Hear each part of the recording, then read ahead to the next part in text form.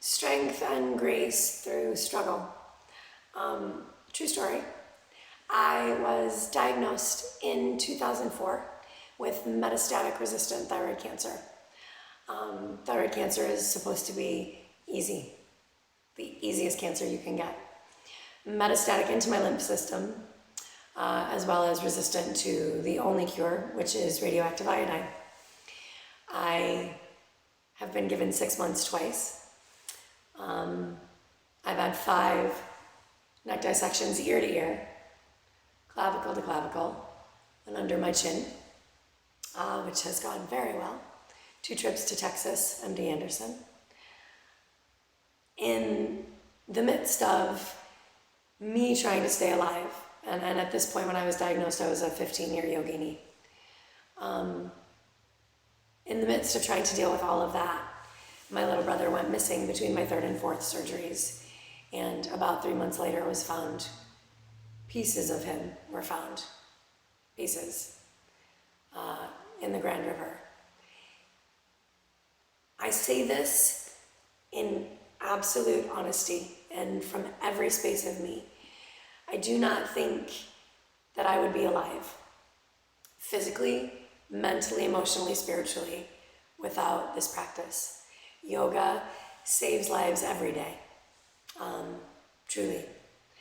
And then I, not only anatomically because I was upside down every day, flushing that space with cancer, with fresh life and oxygen and blood, but mentally trying to process things that we don't really have the capacity to process, things that are absolutely unreal. And they happen in the world. They don't happen to me. They don't happen in my life. They do.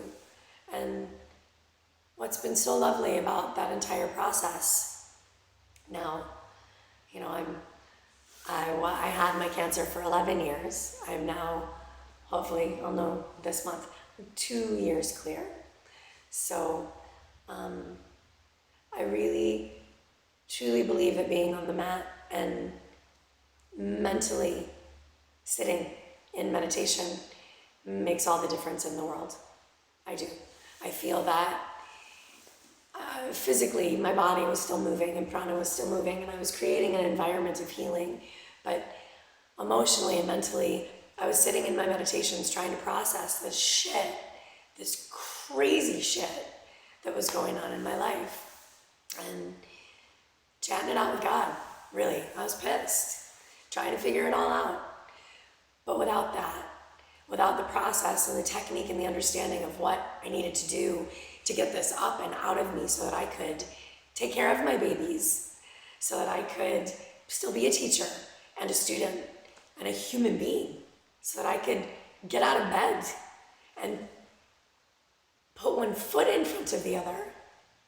Truly.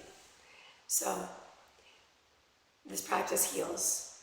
And on Sunday, October 18th, 2 to 5 in Old Town, we will be chatting about the process of how to get the traumas that we go through in our lives up and out of us so that we have a cleaner space to heal and to forgive and to accept. Different traumas are specific, you know, they're different energies connected to a lot of them, and loss in general I think comes into the spin of most of them. But we'll talk about specific things. We'll talk about specific pranayamas, breath work for, you know, how to shed, let's say, loss. So what are my best breathing techniques to calm me down if I'm feeling anxious or if the grief has taken me into such a state of depression? We'll breathe, we'll do visualizations that are very specific to certain disorders or diseases. And we'll talk about postures that are most appropriate. You know, for PTSD, there are certain things that are really not okay because of triggers. So whereas, you know, for alcohol or drug addiction, the series of postures is going to be quite different. So we're going to chat those out. We'll get moving a little bit.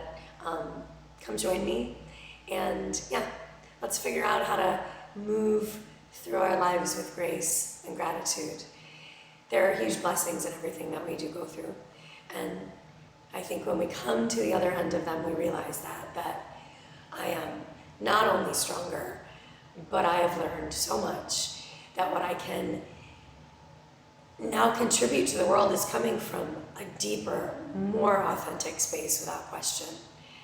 I am now a 25-year yogi headed into my 26th year, and I'm still here. So, and I'm not crazy. And I think at one point in the midst of all that, I honestly thought I was gonna lose my mind. So, come, we'll chat it out, we'll work it out, take it home, process, so that we can be happy. Sukha, Sukha, Shanti.